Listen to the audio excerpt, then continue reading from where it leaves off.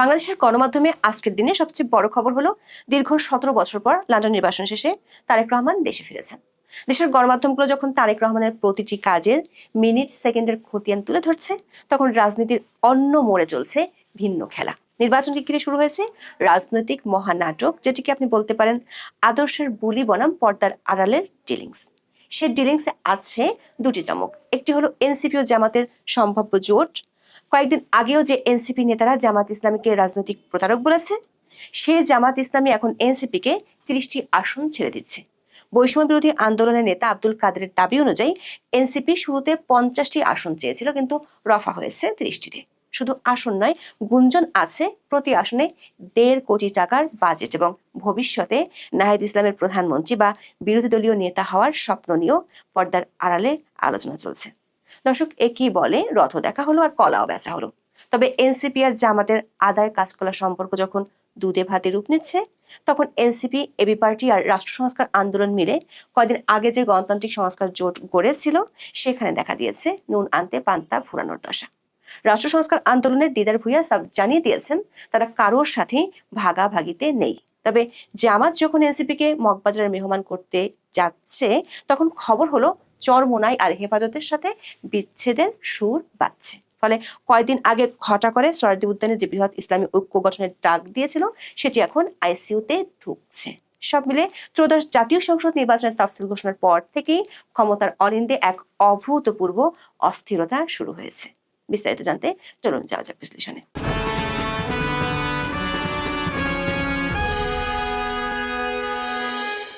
সরকারি Kings party বলে পরিচিত জাতীয় নাগরিক পার্টি বা এনসিপি রাজনৈতিক দল হিসেবে আত্মপ্রকাশ করেছিল 2025 সালের 28 ফেব্রুয়ারি।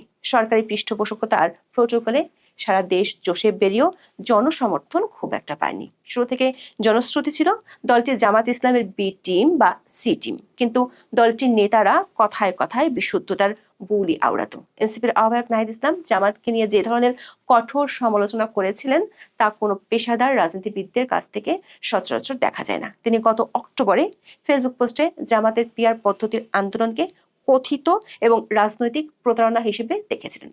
লিখেছিলেন, জামাত সংস্কারের ছদ্মবেশে আসলে একটি ক্ষুদ্র দলীয় স্বার্থ উদ্ধারের হাতিয়ার হিসেবে জুলাই সনদকে ব্যবহার করছে।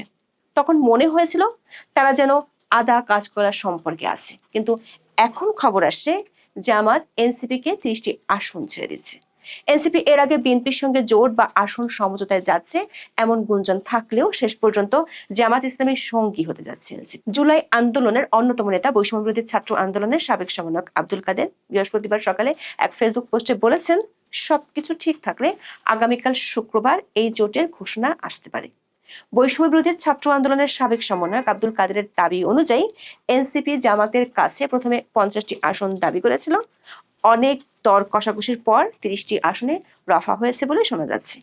এই সমঝোতার সবচেয়ে হাস্যকর এবং ট্রাজিক দিক হলো, এই 30টি আসনের বাইরে এনসিপি বাকি 270টি আসনে কোনো প্রার্থী দিতে পারবে না। এটি যেন হাতি ঘোড়া গেল তল, পিঁপড়া বলে কত জল প্রবাদের বাস্তব রূপ। দলটির অভ্যন্তরীণ নেতাদের প্রশ্ন, তরুণদের একটি দল যারা পুরো দেশ সংস্কারের স্বপ্ন দেখিয়েছিল, তারা মাত্র 30টি আসনের জন্য জামাতের দরবারে গিয়ে হাজির হয়েছে।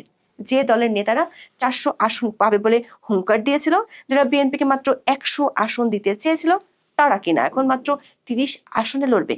তাহলে এরই মধ্যে যে 125 আসনে মনোনয়ন ফর্ম বিক্রি করলো, সেসব আসনের কি হবে? আব্দুল কাদেরের মতে এই সিদ্ধান্তের মাধ্যমে এনসিপি কার্যত জামাতের গর্ভে বিলীন হয়ে যাবে। বৈষম্য বিরোধী ছাত্র আন্দোলনের সভাপতি রিফাত রশিদ নিজের ফেসবুক পোস্টে লিখেছেন, মাত্র 30 আসনের জন্য এনসিপি জামাতের সঙ্গে জোটে গেলে ব্যাপারটা আত্মঘাতী। দর্শক, কড়া সমালোচনার পর এই মাখামাখি দেখে লোকে বলছে চোর না আসনের ধর্মের কাহিনী। শুধু আসন না, নির্বাচনে জয়ী হলে নাহিদ ইসলাম প্রধানমন্ত্রী এবং হারলে বিরোধী দলীয় নেতা হবেন, এমন সব আকাশ কুসুম প্রস্তাবও টেবিলে রয়েছে। এ নিয়ে প্রথম আলোর এক খবরে বলা হয়েছে, বিষয়টি নিয়ে এনসিপির কোনো বক্তব্য তাৎক্ষণিকভাবে পাওয়া যায়নি। আব্দুল কাদেরের পোস্টের পর কথা বলতে এনসিপির আহ্বায়ক নাহিদ ইসলাম, সদস্য সচিব আক্তার হোসেন সহ শীর্ষ পর্যায়ের 5 জন নেতার মুঠোফোনে কল করা হলেও তারা সাড়া দেননি। আব্দুল কাদের তার ফেসবুক পোস্টে লিখেছেন, তারুণ্যের রাজনীতির কবর রচিত হতে যাচ্ছে। এনসিপি অবশেষে জামাতের সাথে সরাসরি জোট বাঁধতেছে। সারা দেশে মানুষের নেতাকর্মীদের আশা আকাঙ্ক্ষাকে জলাঞ্জলি দিয়ে গুটি কয়েক নেতার স্বার্থ হাসিল করতেই এমন আত্মঘাতী সিদ্ধান্ত নিয়েছে তারা। সবকিছু ঠিকঠাক থাকলে আগামীকাল এই জোটের ঘোষণা আসতে পারে, আর এর মধ্য দিয়ে কার্যত এনসিপি জামাতের গর্ভে বিলীন হয়ে যাবে। জনমনে প্রশ্ন উঠেছে, এই জোট করার মধ্য দিয়ে কি এনসিপি চূড়ান্তভাবে প্রকাশ করলো যে এনসিপি জামাতের একটি শাখা ছাড়া আর কিছু নয়? যে বিষয়টি নিয়ে এতদিন জনশ্রুতি ছিল সেটি কি এখন বাস্তবে রূপ নিচ্ছে? রাজনৈতিক বিশ্লেষকেরা মনে করেন এই রূপান্তরটি কেবল রাজনৈতিক কৌশল নয়, বরং আদর্শিক দেউলিয়াপনার এক চূড়ান্ত বহিঃপ্রকাশ। একদিকে বিপ্লবের ডাক, অন্যদিকে পুরনো রাজনৈতিক চাল, সব মিলিয়ে রাজনীতির মাঠ যখন বেশ গরম, তখন সেখানে আরো উত্তাপ ছড়ানো খবর আছে। ডিসেম্বরের 7 তারিখে এনসিপি, এবি পার্টি এবং রাষ্ট্র সংস্কার আন্দোলনের সমন্বয়ে গঠিত হয়েছিল গণতান্ত্রিক সংস্কার জোট। ডান আর বামে মিশে একাকার হয়ে যে জোট গঠিত হয়েছিল সেটির কুপি এখন নিভু নিভু করছে। খবর হলো, এনসিপি যদি জামাতের সাথে হাত মেলায় তবে এই জোট স্বয়ংক্রিয়ভাবে ভেঙে যাবে। জোটের একাধিক সূত্র জানা গেছে, এই জোটের পতনের পেছনে প্রধান কারণ হলো এনসিপির একক আধিপত্য বিস্তারের চেষ্টা এবং বড় দলগুলোর সাথে গোপনে আঁতাত করা। জোটের শরিকরা বিএনপি ও জামাতের সাথে আসন সমঝোতার আলোচনার কথা স্বীকার করেছে, যা জোটের অভ্যন্তরীণ আস্থার সংকটকে ঘনীভূত করেছে। নাহিদ ইসলাম যেখানে প্রকাশ্যে জামাত শিবিরের বিরোধিতা করছেন, সেখানে গোপনে তাদেরই সাথে নির্বাচনী জোট করার চেষ্টাকে কাকের বাসায় কোকিলের ডিম পাড়ার মতো কৌশল হিসেবে দেখছে জোটের অন্য সঙ্গীরা।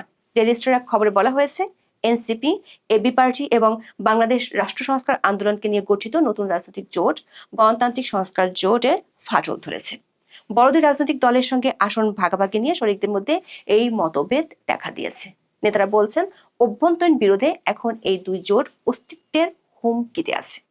গত 7 ডিসেম্বর আনুষ্ঠানিকভাবে এই জোটের যাত্রা শুরু হয়, কিন্তু মনোনয়নপত্র জমা দেওয়ার শেষ দিন 29 ডিসেম্বরের মাত্র 5 দিন আগে এই সংকট সামনে এলো। জোটের নেতাদের সঙ্গে কথা বলে জানা গেছে, এনসিপি জামাতের সঙ্গে আসন সমঝোতার পক্ষে, তবে এতে আপত্তি জানিয়েছে জোটের আরেক শরিক রাষ্ট্র সংস্কার আন্দোলন। রাষ্ট্র সংস্কার আন্দোলনের যুগ্ম সাধারণ সম্পাদক দিদার ভুইয়া বলেছেন, সোমবার রাতে এনসিপি তাদেরকে বিষয়টি জানিয়েছে, কিন্তু তারা বিএনপি বা জামাত কারোর সঙ্গে আসন ভাগাভাগি করতে রাজি নয়। তবে এনসিপির মতো ঘরের ছেলেকে ঘরে ফেরাতে পেরে জামাত যখন খুশি, তখন দলটির আছে দুঃসংবাদও।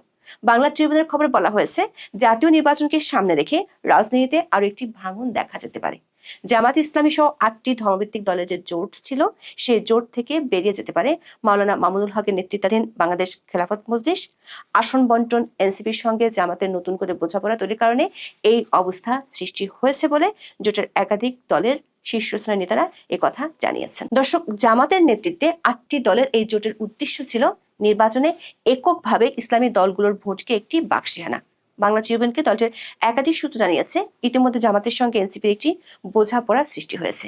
নির্বাচনে এনসিপি বড় দল হিসেবে বেশি আসন চায়, পাশাপাশি আগে থেকে জামাত 200টি আসনে নির্বাচনের দাবি জানিয়ে এসেছে। এই পরিপ্রেক্ষিতে নির্বাচনী স্বার্থে এনসিপির সঙ্গে জোট করলে মামুনুল হক সেই জোট ত্যাগ করবেন। দৈনিক আমার দেশের খবরে বলা হয়েছে, শুধু খেলাফত মজলিস নয়, চরমনায় পীর সৈয়দ মোহাম্মদ রেজাউল করিমের নেতৃত্বাধীন ইসলামী আন্দোলনও জামাতকে গুড বাই টাটা বলে দিয়েছে।